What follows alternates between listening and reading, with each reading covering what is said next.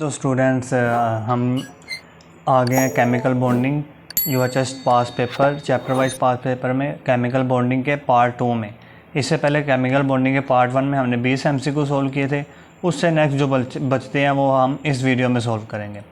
तो शुरू करने से पहले मैं बता दूं कि आपको इस वीडियोस को देखने का क्या फ़ायदा है।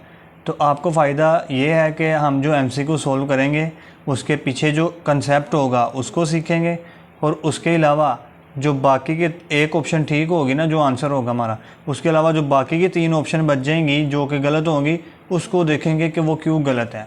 और इसके अलावा उससे मिलता जुलता अगर कोई हमें एमसीक्यूज़ मिलता है तो उसको भी देखेंगे। तो शुरू करते हैं। इसमें सबसे पहले नंबर 1 पे एमसीक्यूज़ है हमारे पास 21 से हमने शुरू करना था। Among the following molecules which one has coordinate covalent bond. Coordinate covalent bond या फिर जिसमें डेटिव बॉन्ड होगा वो बताना है। डेटिव बॉन्ड और कोऑर्डिनेट कोवलेंट बॉन्ड एक ही चीज़ होती है। तो इनके कोऑर्डिनेट कोवलेंट बॉन्ड का अंदाज़ा हम इनके स्ट्रक्चर से लगा सकते हैं। तो CCl4 ए ऑप्शन में है हमारे पास CCl4, फिर हमारे पास CO और NCO2 है, और इसके अलावा फिर हमारे पास CH4 है। सबसे पहले CCl4 को देखें तो CCl4 में ये एक कार्बन हमारे पास और उसके साथ 3 Cl लगे हुए हैं, और वो किस तरह लगे हैं, sigma single bond covalent bond से लगे हुए हैं। तो इसमें कोई कोऑर्डिनेट कोवलेंट बॉन्ड या डेटिव बॉन्ड नहीं है हमारे पास। इसके अलावा CO2 को अगर देखें तो CO2 में कार्बन और वो डबल बॉन्ड से इधर भी ऑक्सीजन से अटैच है, और इसी डबल बॉन्ड से फिर ये वाली ऑक्सीजन से अटैच है। मतलब उसमें भी सिग्मा और पाई 2 कोवलेंट बॉन्ड ही हैं, कोऑर्डिनेट कोवलेंट बॉन्ड नहीं है। इसी तरह डी वाली ऑप्शन में CH4, उसमें एक कार्बन और वो 4 हाइड्रोजन से सिग्मा बॉन्ड मतलब कोवलेंट बॉन्ड से अटैच है। हमें यहाँ पे कोऑर्डिनेट कोवलेंट बॉन्ड नहीं मिला। अगर आप इसके अलावा CO को देखोगे, कार्बन मोनोऑक्साइड को, तो उसमें 3 बॉन्ड मिलती हैं। एक तो पाई होता है, एक सिग्मा, एक पाई, और एक जो तीसरा बॉन्ड होता है वो होता है कोऑर्डिनेट कोवलेंट बॉन्ड। ये है कोऑर्डिनेट कोवलेंट बॉन्ड किसमें, CO में। ठीक है, ये अगर आप देखो तो कार्बन को अपने वैलेंसी पूरा करने के लिए 2 इलेक्ट्रॉन चाहिए होते हैं, तो वो ये ऑक्सीजन से ले लेता है। अब ऑक्सीजन के पास 2 इलेक्ट्रॉन पेयर बाकी बचे होते हैं, और वे ये पूरा का पूरा इलेक्ट्रॉन पेयर ये कार्बन को डोनेट कर देता है, जो कि कार्बन के पास पी शेल में दो ऑर्बिटल में पी के 2 ऑर्बिटल में 2 इलेक्ट्रॉन बचे होते हैं, वो ये सिंगल बॉन्ड डबल बॉन्ड बना लेता है, और तीसरे शेल में ये तीसरे ऑर्बिटल में ये वाले 2 इलेक्ट्रॉन ये डोनेट कर देता है ऑक्सीजन, और ये यहाँ पे कोऑर्डिनेट कोवलेंट बॉन्ड बन जाता है। तो कार्बन मोनोऑक्साइड हमारे पास इसमें आंसर होगा, that is carbon monoxide, B option. इसके अलावा भी अगर आपको कोऑर्डिनेट कोवलेंट बॉन्ड के कुछ एग्जाम्पल देखनी है जिस मॉलिक्यूल में वो होते हैं, तो उसमें एक एग्जाम्पल है NH4+, दूसरी फिर H3O+, ये फेमस एग्जाम्पल है। इसके अलावा भी कोई मॉलिक्यूल हो सकते हैं, मगर यहाँ पे हमने फेमस एग्जाम्पल नहीं है। इसके अलावा कार्बन मोनोऑक्साइड जो अभी हमने देखी, और इसके अलावा NH4Cl, ये तो MCQ आ भी चुका है NH4Cl का, कि इसमें कौन कौन से बॉन्ड प्रेजेंट है। तो इसमें तीनों तरह के बॉन्ड प्रेजेंट होते हैं, आयोनिक, कोवलेंट और कोऑर्डिनेट, सब तरह के प्रेजेंट होते हैं। ठीक, आयोनिक कैसे, अभी देखा NH4 में हमने कहा आयोनिक है, तो यहाँ पे भी NH4 में कोऑर्डिनेट कोवलेंट बॉन्ड, तो इसमें NH4 में भी कोऑर्डिनेट कोवलेंट बॉन्ड होगा। तो NH4 है तो इसमें भी कोऑर्डिनेट कोवलेंट बॉन्ड होगा। आगे फिर वो आयोनिक कैसे है, NH4+ होता है, NH4+, और इसके साथ Cl नेगेटिव होता है, तो ये नेगेटिव और पॉजिटिव मिलके आयोनिक बॉन्ड बना देते हैं। इसी के साथ NH4 में हमारे पास तीन H तो कोऑर्डिनेट कोवलेंट बॉन्ड से जुड़े होते हैं, मगर चौथा जो H जुड़ता है वो किससे जुड़ता है, चौथा H जुड़ता है कोऑर्डिनेट कोवलेंट बॉन्ड से, चौथा H कोऑर्डिनेट कोवलेंट बॉन्ड से जुड़ता है। मतलब इसमें तीनों बॉन्ड है, आयोनिक, कोवलेंट और कोऑर्डिनेट कोवलेंट। आगे वाले MCQs पे चलते हैं। आगे वाले MCQs में वो कह रहे हैं, which of the following molecule has zero dipole moment.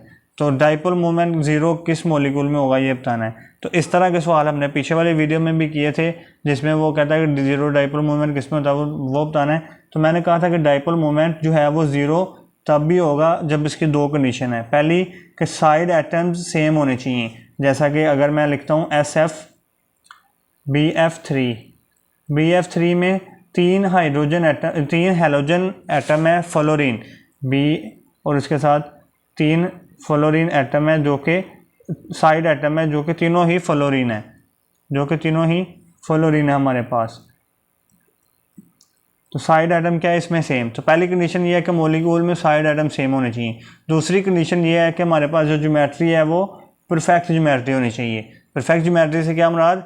कि परफेक्ट ज्योमेट्री से मुराद ये है कि हमारे पास जो ज्योमेट्री है वो इन तीनों में से कोई एक होनी चाहिए, टेट्राहेड्रल, ट्राइगोनल प्लेनर या फिर लीनियर। तो फिर जाके हमारे पास जो मॉलिक्यूल है वो क्या होगा? उसका डाइपोल मोमेंट 0 होगा। ठीक है, ज्योमेट्री कैसे निकालते हैं पिछली वीडियो में भी देखा है, अभी आगे भी देखेंगे। ठीक है, तो पहली कंडीशन कि उसके साइड आइटम सेम होने चाहिए, जो कि हमारे पास है ये साइड आइटम, पहली कंडीशन सेम होनी चाहिए। दूसरा, perfect geometry tetrahedral, trigonal planar या फिर लीनियर होनी चाहिए। अब देखते हैं इनमें से कौन सी ऑप्शन हमारे पास ठीक है। तो PCl3 में अगर आप लोग देखोगे तो इसकी ज्योमेट्री होती है पायरामिडल। इसके साइड आइटम जो 3 ही है क्लोरीन के, ठीक है, मगर इसकी ज्योमेट्री जो है वो पायरामिडल है, परफेक्ट ज्योमेट्री नहीं है, इनमें से कोई एक ज्योमेट्री नहीं है, ट्राइगोनल पायरामिडल। तो ये हमारे पास ऑप्शन नहीं हो सकती। इसी के साथ NH3 का भी यही केस है कि इसकी ज्योमेट्री भी पायरामिडल ही होती है, तो ये भी हमारे पास ऑप्शन नहीं हो सकती, पायरामिडल वाली हमने चूज़ नहीं करनी।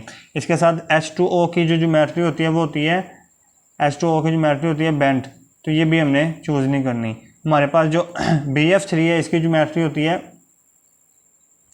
BF3 की ज्योमेट्री होती है प्लेनर, ट्राइगोनल प्लेनर। तो ये ट्राइगोनल प्लेनर भी है और इसमें साइड एटम भी सेम है, तो मतलब इसका डाइपोल मोमेंट 0 होगा। बी वाली हमारे पास ऑप्शन होगी डाइपोल मोमेंट 0 बी में। नेक्स्ट MCQ नंबर 23 पे चलते हैं। वो कह रहे हैं for the formation of ionic bond electronegativity difference should be. Ionic bond बनाने के लिए इलेक्ट्रोनेगेटिविटी डिफरेंस कितना होना चाहिए? तो यहाँ पे मैंने लिखा हुआ है, अगर आपने इलेक्ट्रोनेगेटिविटी डिफरेंस आपके पास ज़्यादा होता है 1.5 से क्या होता है? ज़्यादा होता है, तो फिर जो बॉन्ड बनेगा वो आयोनिक बॉन्ड बनेगा।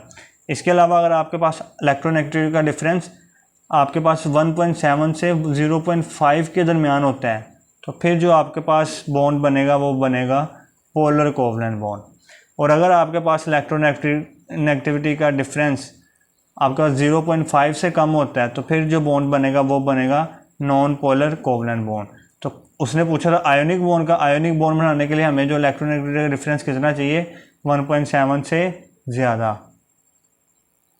तो ये कंडीशन 3 आपके बुक में लिखी हुई हैं, पंजाब टेक्स्ट बुक बोर्ड की, तो ये आपको याद होनी चाहिए। तो यहाँ पे उसने पूछा आयोनिक बॉन्ड के लिए तो आयोनिक बॉन्ड के लिए क्या होनी चाहिए? मोर देन 1.7 से ज़्यादा होनी चाहिए इलेक्ट्रोनेगेटिविटी का डिफरेंस। तो ऑप्शन हमारे पास सी करेक्ट होगी। आगे MCQs पे चलते हैं, जो कि हमारे पास MCQs आया हुआ है MD कैट 2010 में भी, पीछे वाला नम्स में आया था 2019 में। वो कह रहा था ionisation energy of hydrogen atom is. Hydrogen atom की आयोनाइजेशन एनर्जी कितनी होगी ये बताना है। तो हाइड्रोजन एटम की आयोनाइजेशन एनर्जी की अगर वैल्यू आप देखो तो वो आपके पास होती है 13.31 किलो जूल पर मोल।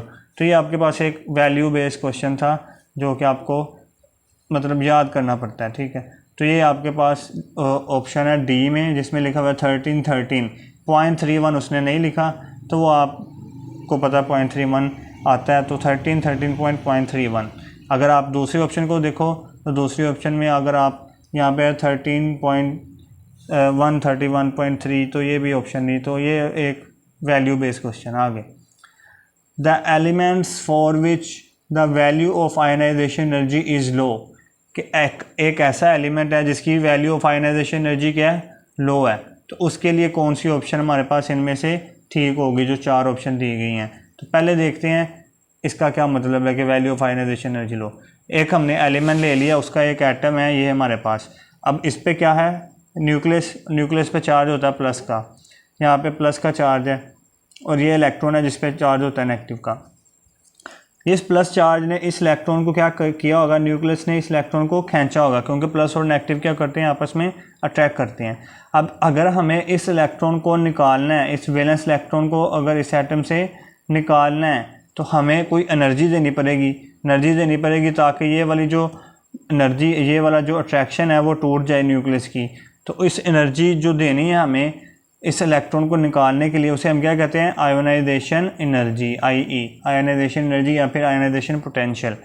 अब अगर किसी एलिमेंट की ये वाली एनर्जी जो कि हमें इलेक्ट्रॉन को निकालने के लिए देनी पड़नी है वो कम होगी तो फिर क्या होगा कि इलेक्ट्रॉन की ये जो इलेक्ट्रॉन है वो एटम से क्या निकल जाएगा, आसानी से निकल जाएगा।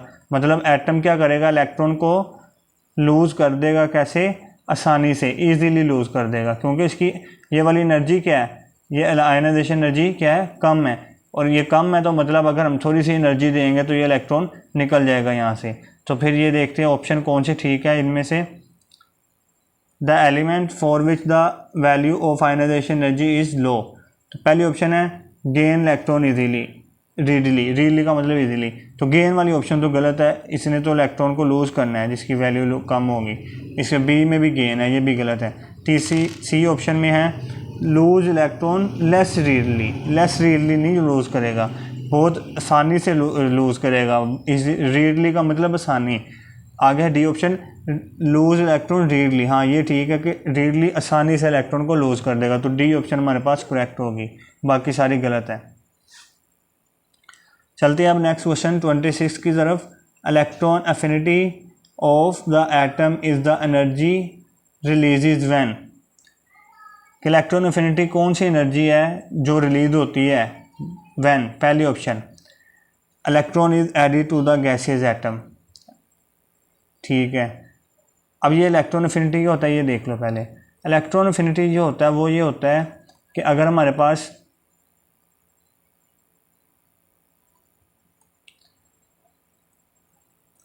पास ये एक एटम है कोई, जिस पे ये न्यूक्लियस और ये उसका पहला शेल है या कोई भी शेल है, ठीक है, उसमें अगर कोई बाहर से इलेक्ट्रॉन ने इस वैलेंस शेल में ऐड होना है, तो ऐड होने के बाद इस एटम से कोई एनर्जी रिलीज़ होती है। क्यों होती है? क्योंकि ये न्यूक्लियस इस इलेक्ट्रॉन को, जो आने वाला इलेक्ट्रॉन है, इसको खींचता है, और जो खींचने की वजह से इससे एनर्जी रिलीज़ होगी, जिसे हम क्या कहेंगे, इलेक्ट्रॉन अफिनिटी। मतलब इलेक्ट्रॉन अफिनिटी ऐसी एनर्जी है जो रिलीज़ होती है जब कोई इलेक्ट्रॉन एटम में ऐड होता है, और ये एटम जो है वो गैसियस होना चाहिए, मतलब गैसियस स्टेट में होना चाहिए।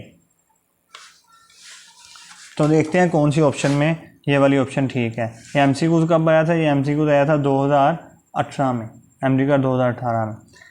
तो energy electron is added to the gaseous atom, तो ये ऑप्शन ठीक लग रही है। आप बाकी देखते हैं इलेक्ट्रॉन इज रिमूव फ्रॉम, ये नहीं, रिमूव वाली तो केस आयनाइजेशन एनर्जी में है।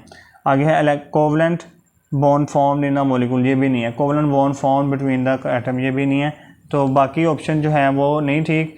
ए वाली ऑप्शन हमारे पास ठीक है कि electron is added to the gaseous atom.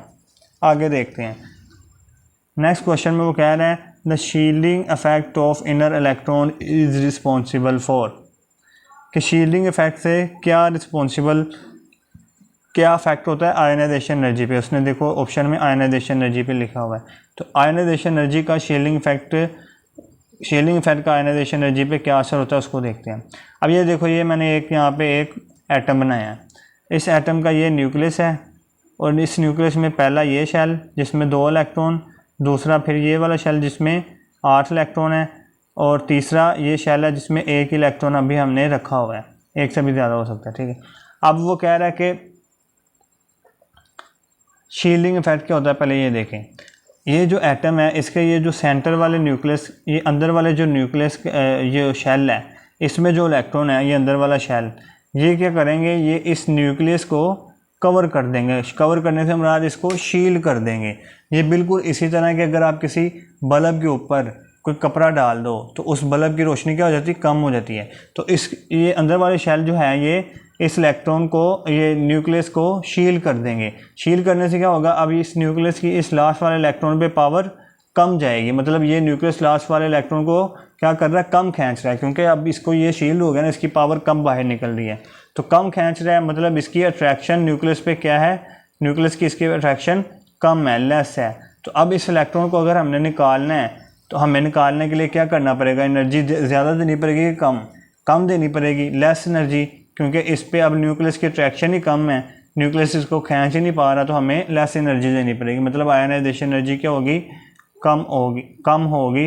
किसकी वजह से, इस शील्डिंग इफेक्ट की वजह से। शील्डिंग इफेक्ट क्या होता है कि इस न्यूक्लियस को शील्ड करना। अब देखते हैं ऑप्शन में कौन सी ठीक है। तो पहली ऑप्शन में यही है कि डिक्रीज द आयनाइजेशन एनर्जी, हाँ आयनाइजेशन एनर्जी को कम करता है, शील्डिंग इफेक्ट ठीक है बिल्कुल। हैव नो इफेक्ट नहीं, नो इफेक्ट तो नहीं है, कम करता है। आयनाइजेशन एनर्जी इंक्रीज, ये भी नहीं है, इंक्रीज नहीं होती। इंक्रीज इलेक्ट्रॉन ये भी गलत है, इलेक्ट्रॉन का शील्डिंग इफेक्ट पे कोई इतना असर, मतलब शील्डिंग इफेक्ट का इलेक्ट्रॉन पे कोई इतना असर नहीं है। आगे है MCQs number 28। What will be the shape of a molecule which contains 2 sigma bond and 1 lone pair, जिसमें क्या है 2 सिग्मा बॉन्ड है और 1 लोन पेयर है। अच्छा, अब शेप के जो MCQs है वो हमने पीछे वाली वीडियो में भी किए हैं, जो हमने किप्स के MCQ सोल्व किए उसमें भी, और UHS के पास पेपर की पहली वीडियो में भी। अब दोबारा यहाँ पे देखते हैं कैसे अगर आपको शेप का या ज्योमेट्री का या स्ट्रक्चर का कोई आ जाता है ना कि इसका शेप क्या स्ट्रक्चर, तो वो कैसे MCQ सोल्व करना है। सबसे पहले आपने शेप के लिए क्या करना है, हाइब्रिडाइजेशन को फाइंड करना है। हाइब्रिडाइजेशन कैसे फाइंड करते हैं, उसके 2 मेथड हैं। Z इज़ इक्वल टू, ये एक फॉर्मूला हाइब्रिडाइजेशन का, Z is equal to 1/2 V plus M plus negative charge minus positive charge. अब इस फॉर्मूला को कैसे इस्तेमाल करना है ये मैंने पिछली वीडियो में सारा बताया हुआ है, आप वहाँ पे जाके देख सकते हैं। जहाँ पे V क्या है, वैलेंस इलेक्ट्रॉन है सेंट्रल एटम के, M क्या है, मोनोवेलेंट इलेक्ट्रॉन है, मोनोवेलेंट एटम है, ठीक है। अब दूसरा इसका मेथड क्या है हाइब्रिडाइजेशन फाइंड करने का, Z is equal to number of sigma bond plus lone pair, number of lone pairs. अब यहाँ पे जो उसने हमें क्वेश्चन में कहा है, वो क्वेश्चन में उसने ये कहा है कि क्वेश्चन में उसने हमें ये कहा है कि हमारे पास जो है वो क्या है, सिग्मा बॉन्ड और लोन पेयर। तो मतलब हम ये वाला फार्मूला यूज़ करेंगे जिसमें उसने हमें सिग्मा बॉन्ड और लोन पेयर बता दिए हैं, तो ये वाला फार्मूला हम यूज़ करेंगे, ठीक है। अब इसका Z की वैल्यू निकाल लेते हैं। Z is equal to, sigma bond कितने दिए हैं 2 प्लस लोन पेयर उसने कहा था 1, तो 3 हो गए। यहाँ पे देख लो सिग्मा बॉन्ड कितनी है 2 और लोन पेयर है 1, तो 3 हमारे पास Z की वैल्यू आ गई। अब जब आपने Z की वैल्यू निकाल लेनी है तो यहाँ पे देखना है कि अगर Z की वैल्यू आपके पास 2 आएगी तो हाइब्रिडाइजेशन क्या होगी, SP हमारे पास हाइब्रिडाइजेशन होगी। और अगर हमारे पास Z की वैल्यू 2 आएगी तो SP हाइब्रिडाइजेशन, और फिर उसकी ज्योमेट्री क्या होगी, लीनियर, मतलब SP हाइब्रिडाइजेशन में लीनियर ज्योमेट्री। अगर हमारे पास Z की वैल्यू 3 आ गई तो उसकी हाइब्रिडाइजेशन होगी SP2। अब SP2 हाइब्रिडाइजेशन में हमारे पास ज्योमेट्री 2 तरह की होती है, एक होती है हमारे पास ट्राइगोनल प्लेनर और दूसरी होती है हमारे पास बेंट या फिर वी शेप या फिर एंगुलर। ये तीनों एक ही नाम है, बेंट, वी शेप या फिर एंगुलर। अब कब होगी हमारे पास ज्योमेट्री ट्राइगोनल प्लेनर, जब हमारे पास SP2 हाइब्रिडाइजेशन होगी और उस पर लोन पेयर क्या होंगे 0, मतलब लोन पेयर कोई नहीं होगा उसमें। और जब उस पर SP2 हाइब्रिडाइजेशन पे लोन पेयर क्या आ जाएगा, एक लोन पेयर आ जाएगा, तो उसकी ज्योमेट्री क्या होगी, बेंट, वी शेप या फिर एंगुलर। आगे अगर हमारे पास Z की वैल्यू 4 आ गई तो SP3 हाइब्रिडाइजेशन होगी।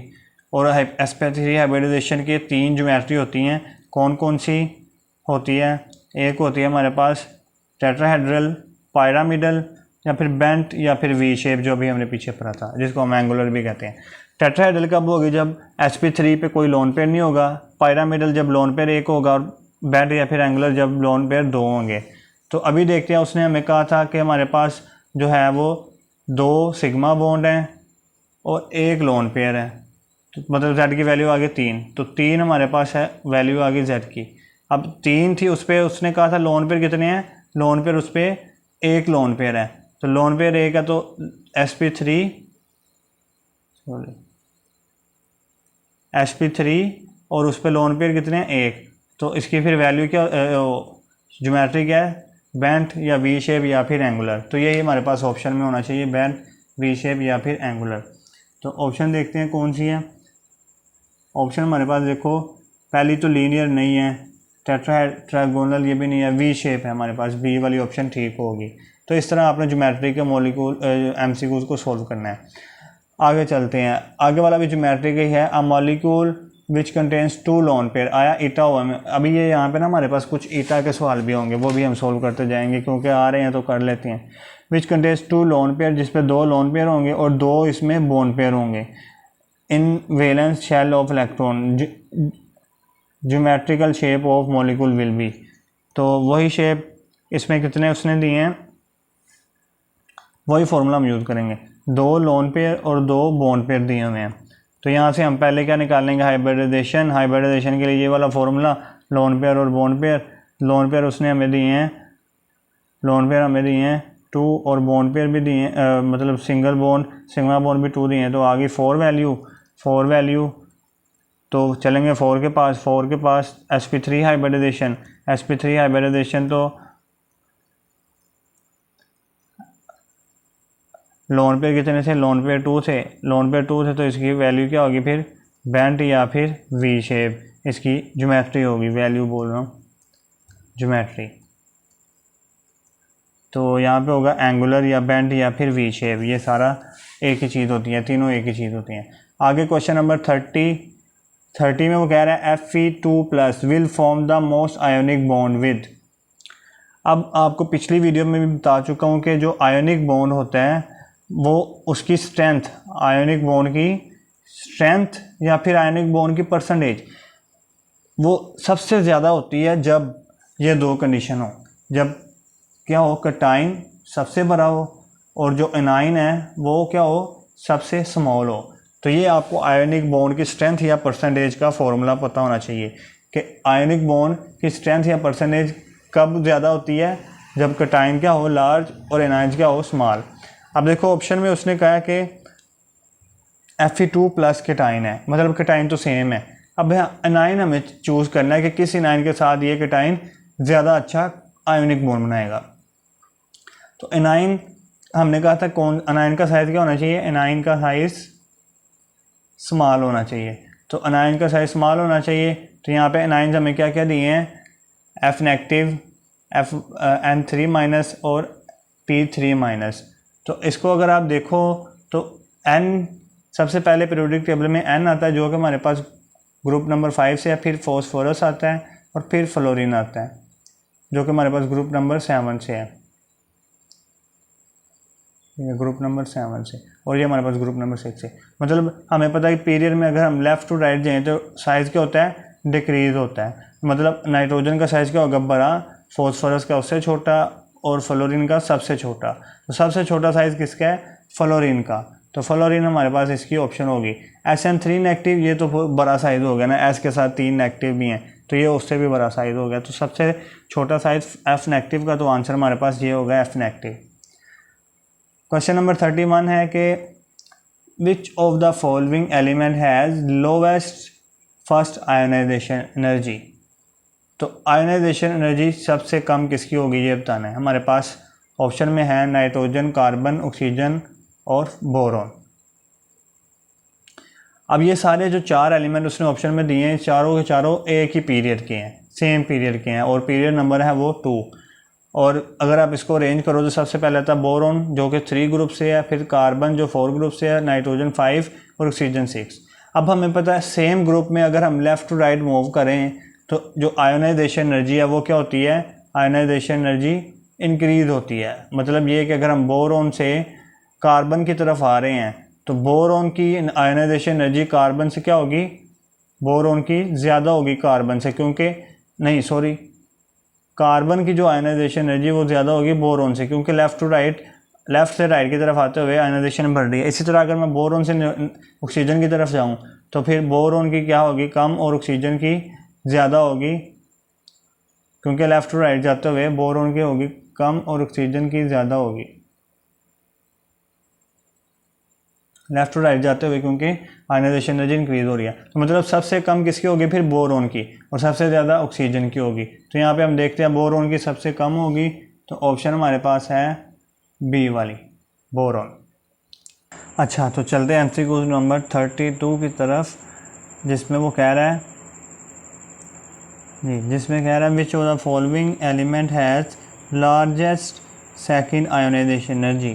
कैसे एलिमेंट जिसकी सेकंड आयोनाइजेशन एनर्जी क्या हो, लार्जेस्ट मतलब सबसे ज़्यादा हो। तो इसमें एलिमेंट कौन कौन से उसने दिए ऑप्शन में, ऑक्सीजन, सोडियम, फ्लोरीन और नाइट्रोजन। इसकी मैंने जो इलेक्ट्रॉनिक कॉन्फ़िगरेशन है वो ड्रा की है, ये उसको देखते हैं ज़रा। तो इलेक्ट्रॉनिक कॉन्फ़िगरेशन फ्लोरीन की पहले देखें। पहले तो ये देखो सेकंड आयोनाइजेशन एनर्जी क्या होती है। ये अगर हमने फ्लोरीन का एटम लिया, फ्लोरीन का एटॉमिक नंबर होता है 9। तो जब इसमें 9 मतलब इसमें इलेक्ट्रॉन को पुट किया तो 9 इलेक्ट्रॉन 1s2 में 2, 2s2 में 2 आ गए और 2p में एक ऑर्बिटल में 2p में 2px में 2 आ गए, 2py में 2 और 2pz में 1। अब हम ये अगर फ्लोरीन से ये वाला इलेक्ट्रॉन निकाल दें तो जो हमें एनर्जी चाहिए होगी इस इलेक्ट्रॉन को निकालने को, उसे हम क्या कहेंगे, आयनाइजेशन एनर्जी। और ये आयनाइजेशन एनर्जी को होगी फर्स्ट आयनाइजेशन एनर्जी, क्योंकि हमने पहला इलेक्ट्रॉन निकाला है फ्लोरीन से। अगर हम अब ये इलेक्ट्रॉन निकालने के बाद फ्लोरीन किस में चेंज हो जाएगा, F नेगेटिव में, क्योंकि किसी भी अगर एटम से आप कोई इलेक्ट्रॉन निकालते हो तो उस पर जो चार्ज आता है वो क्या आता है, नेगेटिव का, तो ये चेंज हो जाएगा F नेगेटिव में। अब इस F नेगेटिव से हमने दोबारा से एक इलेक्ट्रॉन निकालना है, जो 1s2 2s2 और ये बाकी क्या रह जाएगा यहाँ पे 2px में और 2py में दो रह गए थे, 2px और 2py में। अब हमने फ्लोरीन के ये F नेगेटिव से जो दोबारा ये वाला इलेक्ट्रॉन यहाँ से निकालना है, अब जो सेकंड इलेक्ट्रॉन हमने निकालना है उसको हम कहेंगे सेकंड आयनाइजेशन एनर्जी। तो यही पूछ रहा है कि सेकंड आयनाइजेशन एनर्जी किसकी सबसे ज़्यादा होगी।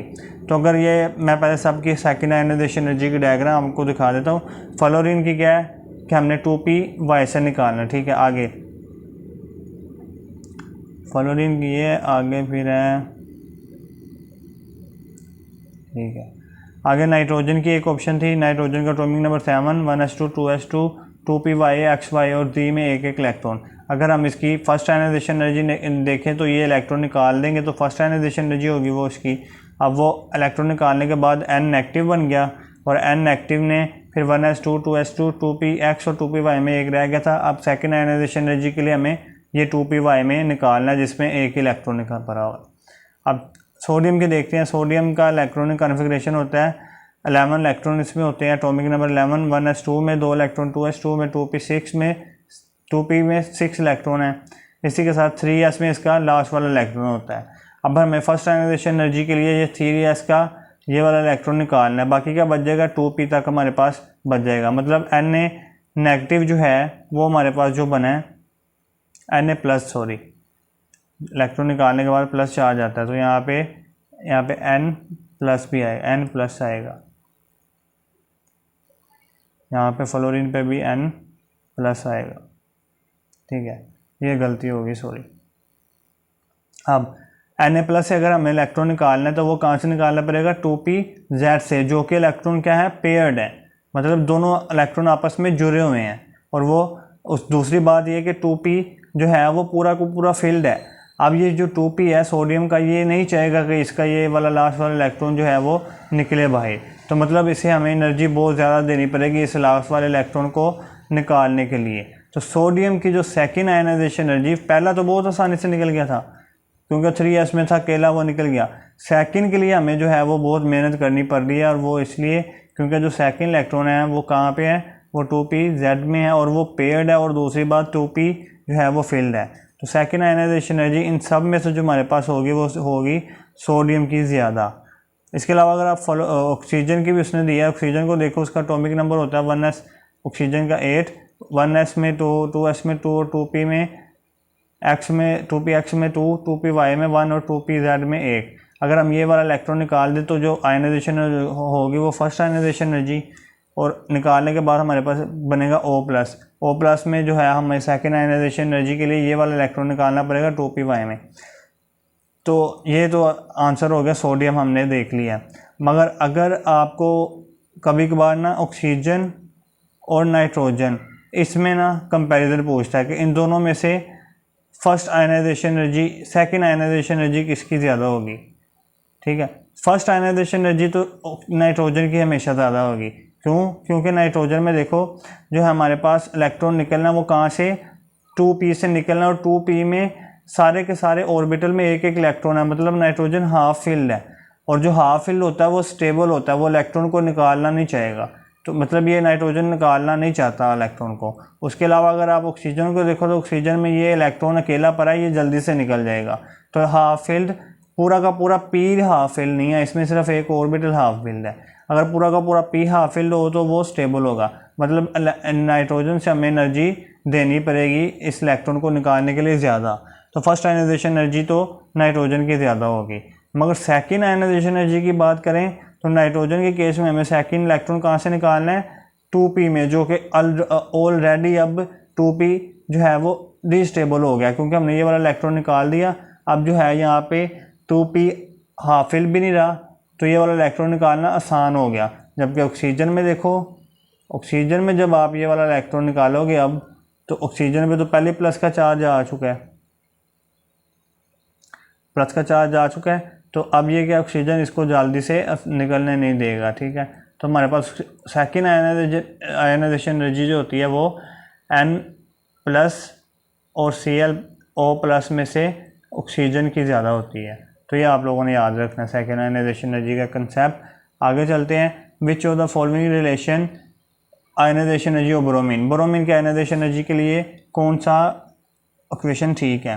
तो मतलब आयनाइजेशन एनर्जी अगर हमने निकालनी है तो आयनाइजेशन एनर्जी के बाद जो एटम बनता है वो प्लस का चार्ज लेता है। तो यहाँ पे तो Br नेगेटिव ये नहीं हो सकता, Br नेगेटिव ये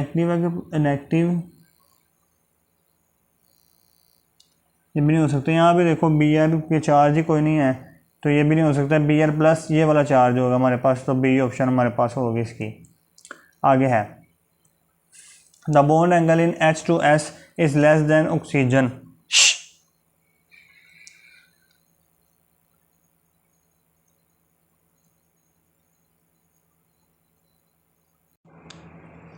तो वो कह रहा है कि बॉन्ड एंगल जो H2S में है वो क्या है, ऑक्सीजन से H2O से कम है। तो इसकी वजह क्या है, इट इज़ ड्यू। तो सबसे पहले देखो बॉन्ड एंगल का मैंने पिछली वीडियो में भी बताया था कि अगर आपको बॉन्ड एंगल किसी भी निकालना है किसी भी मॉलिक्यूल में, सबसे पहले आप लोगों ने क्या करना है, उस मॉलिक्यूल की हाइब्रिडाइजेशन देख लेनी है। अगर हाइब्रिडाइजेशन sp हुई तो उसका बॉन्ड एंगल सबसे ज़्यादा होगा, और अगर sp2 हुई तो उसका थोड़ा सा कम sp से, और अगर sp3 हुई तो उसका सबसे कम होगा। अब अगर हाइब्रिडाइजेशन हमारे पास सेम आ गई, मतलब दो मॉलिक्यूल हैं जिनकी हाइब्रिडाइजेशन सेम है, दोनों की ही sp3 है, तो फिर कैसे निकालेंगे। तो फिर हम देखेंगे कि नंबर ऑफ़ लोन पेयर्स को। अब बॉन्ड एंगल का जो नंबर ऑफ़ लोन पेयर से रिलेशन है वो bond angle inversely proportional to number of lone pairs होता है। मतलब जिसके नंबर ऑफ़ लोन पेयर ज़्यादा उसका बॉन्ड एंगल कम होगा, ठीक है। अब अगर नंबर ऑफ़ लोन पेयर भी सेम आ गए, जैसा कि यहाँ पे देखो H2S और H2O दोनों में ही नंबर ऑफ़ लोन पेयर कितने होते हैं, 2 नंबर ऑफ़ लोन पेयर होते हैं। तो दोनों में ही नंबर ऑफ़ लोन पेयर भी सेम आ गए। अब क्या करें, इनमें हाइब्रिडाइजेशन भी सेम होती है, इसमें sp3 इसमें भी sp3। तो अब क्या करें, अब जो अगर नंबर ऑफ़ लोन पेयर भी सेम आ गए तो फिर जो तीसरी ऑप्शन है वो ये है कि बॉन्ड एंगल डायरेक्टली प्रोपोर्शनल होता है इलेक्ट्रोनेगेटिविटी ऑफ सेंट्रल एटम के। मतलब जो सेंट्रल एटम होगा उसकी इलेक्ट्रोनेगेटिविटी के डायरेक्टली प्रोपोर्शनल। अब देखो H2O में हमारे पास सेंट्रल एटम ऑक्सीजन और H2S में सल्फ़र, ठीक है। और इलेक्ट्रोनेगेटिविटी देखें तो ऑक्सीजन की ज़्यादा होती है सल्फ़र से। तो मतलब इलेक्ट्रोनेगेटिविटी किसके डायरेक्टली प्रोपोर्शनल है, बॉन्ड एंगल के। जिसकी इलेक्ट्रोनेगेटिविटी ज़्यादा उसका बॉन्ड एंगल भी ज़्यादा। मतलब ऑक्सीजन की इलेक्ट्रोनेगेटिविटी ज़्यादा है तो इसका हाइड्रोजन का बॉन्ड एंगल H2O का बॉन्ड एंगल H2S से ज़्यादा होगा। तो रीज़न क्या है, ऑक्सीजन की इलेक्ट्रोनेगेटिविटी ज़्यादा है। तो रीज़न उसने पूछी थी तो वो ये है greater electronegativity of oxygen atom, इसकी रीज़न है बी ऑप्शन वाली। आगे है in the second period of element although the oxygen lie next to the nitrogen yet ionization energy first is lower than the nitrogen.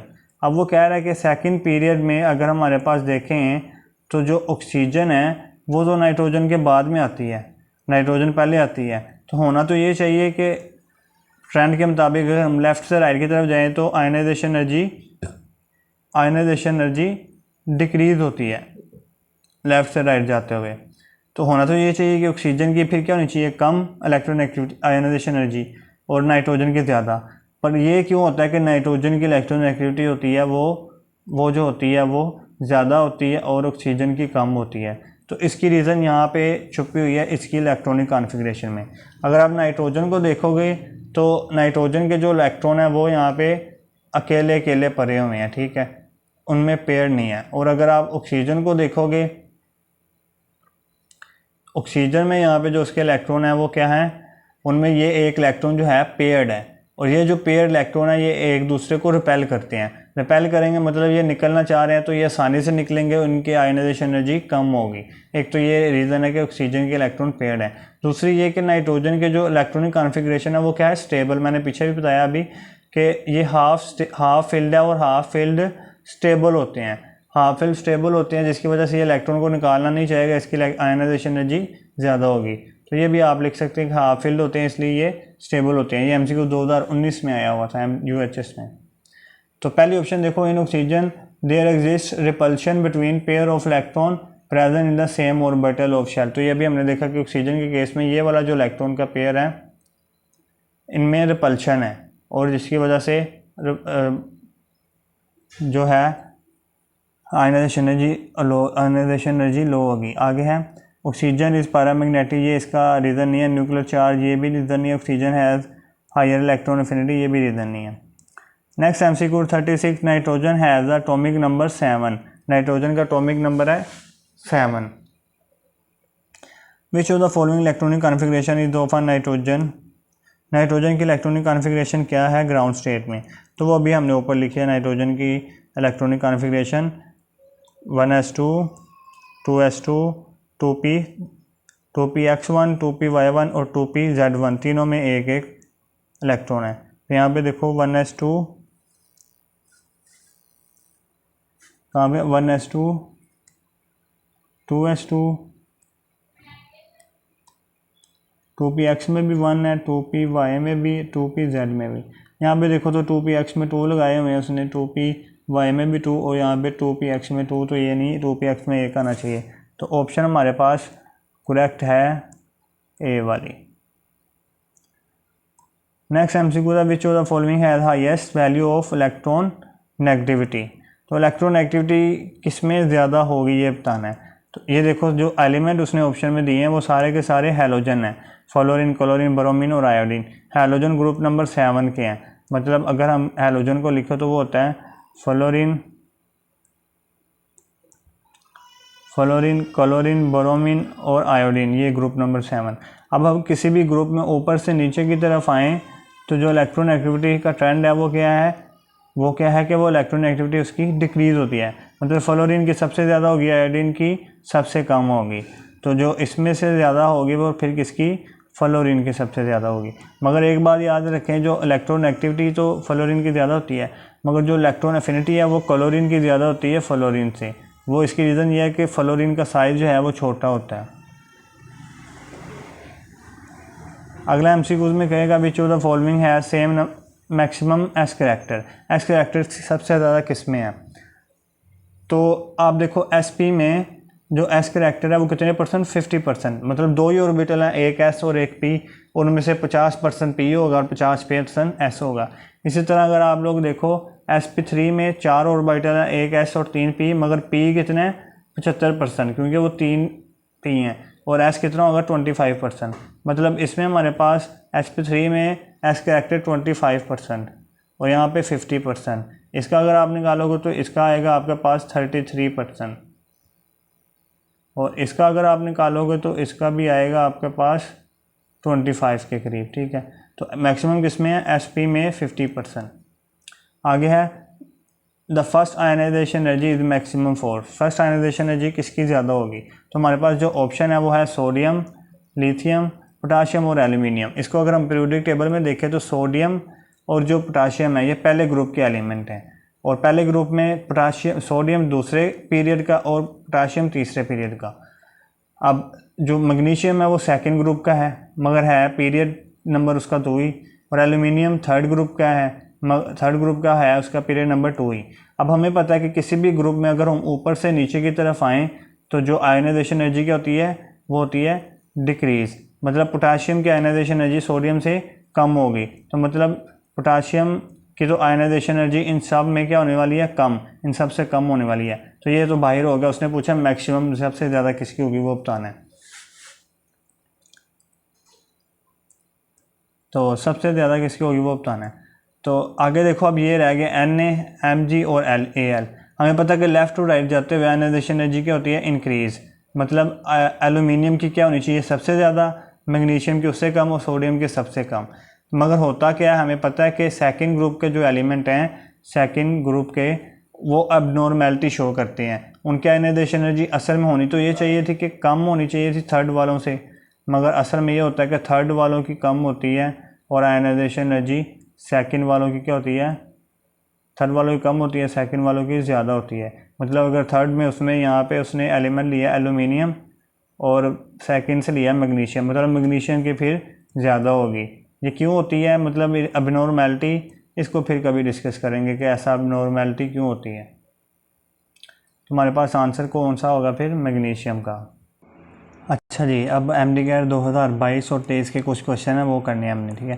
पहला question MD cat 2022 में विच of the following has smaller size, atomic radius से आया वह किसका size smaller है। तो देखो कौन कौन से ऑप्शन है, सोडियम, पोटाशियम, एलुमिनियम और लिथियम। तो हमने क्या करना है, इसमें देखो तो लिथियम, सोडियम और पोटाशियम ये दोनों तीनों ग्रुप 1 के एलिमेंट्स हैं, और इसमें सबसे ऊपर होता है लिथियम, फिर सोडियम और पोटाशियम, और एलुमिनियम जो है वो ग्रुप नंबर 3 का एलिमेंट है, और ये पीरियड नंबर 3 में ही आता है, ठीक है, पीरियड नंबर 3 में ही आता है, ठीक है। उसने पूछा स्मॉलर एलिमेंट, हमें पता है कि जब हम ग्रुप से ऊपर से नीचे की तरफ आते हैं तो एटॉमिक रेडियस क्या होता है, इंक्रीज, मतलब पोटाशियम का रेडियस ज़्यादा होगा, लिथियम का स्मॉल होगा। तो इन तीनों में से जो है लिथियम, सोडियम और पोटाशियम में से, इन तीनों में से लिथियम का साइज़ स्मॉल है। अब इसको और एल्यूमिनियम को हमने कंपेयर करना है, ये दोनों बच गए हैं। अब देखो ये लिथियम तो ऊपर है, मतलब ग्रुप पीरियड नंबर 1 में है, और ये पोटाशियम पीरियड नंबर 2 में है, और ये पोटाशियम 3 में है।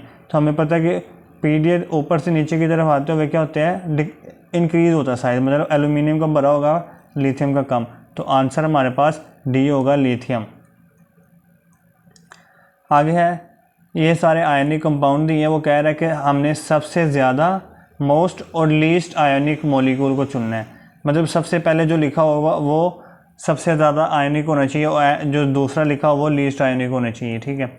तो सबसे ज़्यादा आयनिक किस में होगा, मैंने बताया था पीछे ही लेक्चर में, अभी पीछे ही हमने सवाल किया है कि किसी भी परसेंटेज आयनिक रिएक्टर को हमने फाइंड करना है, तो वो सबसे ज़्यादा परसेंटेज आयनिक रिएक्टर उसमें होता है जिसमें कैटायन का साइज़ क्या हो, लार्ज, और एनाइंस का साइज़ क्या हो, स्मॉल हो। अब देखो इस सारे मॉलिक्यूल्स में अनाइन तो हमारे पास सेम है, क्लोरीन क्लोरीन क्लोरीन, तो अनाइन वाला फैक्टर तो हमें नहीं लगाना, हमें लगाना है कैटायंस वाला फैक्टर। कैटायन जिसमें स्मॉल होगा तो वो उसका परसेंटेज आयनिक रिएक्टर क्या होगा, मोस्ट, और जिसमें लार्ज होगा उसका लीस्ट। मतलब स्मॉल कैटायंस जिसमें लार्ज होगा वो पहले देखते हैं। तो कैटायन हमें कौन कौन से दिए हैं, lithium, sodium, potassium, rubidium, caesium. इनमें से सबसे ज़्यादा जो साइज़ किसका होगा, नीचे आते हुए साइज़ बढ़ता है, मतलब सीजियम का साइज़ सबसे बड़ा होगा। मतलब अगर कैटायन हमारे पास लार्ज है तो परसेंट आयनिक रिएक्टर मोस्ट होगा सबसे ज़्यादा, मतलब सीजियम पहले होना चाहिए, सीजियम वाला। तो ये सी और डी में सीजियम हमारे पास पहले है, इनमें से दोनों में से देखते हैं कौन सा होगा ऑप्शन। अब वो कह रहा है कि लीस्ट मतलब सबसे कम किस में होगा, तो सबसे कम उसी में होगा जिसमें जो कैटायन है वो क्या होगा, कैटायन हमारे पास स्मॉल होगा, उसमें सबसे कम होगा। तो कैटायन को देखते हैं स्मॉल कौन सा है, तो हमें पता है कि सबसे ऊपर जो ग्रुप में होता है वो स्मॉल होता है, और लेफ़्ट से राइट जाते हुए भी एटॉमिक रेडियस डिक्रीज होता है, मतलब लिथियम से ज़्यादा छोटा बेरिलियम होगा। तो बेरिलियम सबसे छोटा है, तो यहाँ पे बेरिलियम वाली ऑप्शन हमारे पास डी वाली ठीक होगी। आगे ज्योमेट्री वाला सवाल हमने पीछे भी किया है कि ज्योमेट्री कैसे निकालते हैं। तो इसमें वो कहता है कि हमारे पास AB4 टाइप मॉलिक्यूल है, उसमें लोन पेयर कोई नहीं है, तो इसकी हमने पीछे देखी थी ज्योमेट्री कौन सी होती है, परफेक्ट टेट्राहेड्रल होती है, डिस्टॉर्टेड टेट्राहेड्रल नहीं, परफेक्ट टेट्राहेड्रल, सी वाली ऑप्शन। इसी तरह आगे हमने पीछे भी अभी देखा था कि जो फ्लोरीन है उसकी इलेक्ट्रोनेगेटिविटी कम होती है क्लोरीन से, क्लोरीन की ज़्यादा होती है। तो इसका मैंने बताया था, इसकी रीज़न क्या है, small and thick size. Why fluorine has less electron affinity than chlorine. आगे ये ऑप्शन मतलब ये 2023 में आया हुआ था, ये एक वैल्यू बेस्ड क्वेश्चन था जिसमें उसने कहा था कि हाइड्रोजन की बॉन्ड एनर्जी क्या है। तो बॉन्ड एनर्जी हाइड्रोजन की होती है 436। ये पहले ही टॉपिक में बॉन्ड केमिकल बॉन्डिंग के पहले ही टॉपिक में इसकी वैल्यू लिखी है एनर्जेटिक्स ऑफ केमिकल बॉन्ड में। तो इस वीडियो में हमने सारे MCQ सोल्व कर लिए हैं केमिकल बॉन्डिंग के। अब नेक्स्ट इंशाल्लाह हम केमिकल काइनेटिक्स के MCQ शुरू करेंगे। सबसे पहले उसमें किप्स के MCQs को सोल्व करेंगे और फिर उसमें हाँ, सबसे पहले उसमें किप्स के एमसीक्यूज को सॉल्व करेंगे और फिर हम उनमें और उसमें उसके पास पेपर करेंगे यूएचएस के। तो शुक्रिया, लाइक से शेयर और सब्सक्राइब करा करते रहें।